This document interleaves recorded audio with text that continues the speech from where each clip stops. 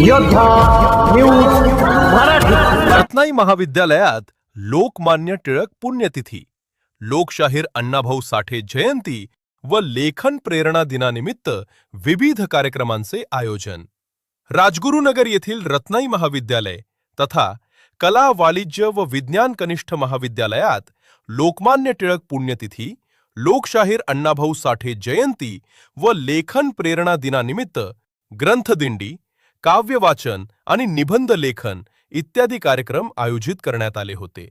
यावेळी कार्यक्रमास विद्यार्थी, प्राध्यापक व शिक्षकेतर कर्मचारी मोठ्या संख्येने उपस्थित होते. कार्यक्रमाची सुरुवात अण्णाभाऊ साठे, लोकमान्य टिळक यांच्या प्रतिमा पूजनाने करण्यात आली. रत्नाईच्या सांस्कृतिक विभाग प्रमुख प्राध्यापक गगे मॅडम यांनी दोनही महापुरुषांचा जीवन प्रवास तसेच ग्रंथांबद्दल माहिती सांगितली. तसेच महाविद्यालयाचे प्राचार्य डॉक्टर सुरेश शहापुरे यांनी या महापुरुषांचा आदर्श डोळ्यासमोर ठेवून त्यांचे विचार आपल्या जीवनात आत्मसात करण्यास सांगितले. कुसृष्टी खळदकर या विद्यार्थिनीने काव्य वाचन केले.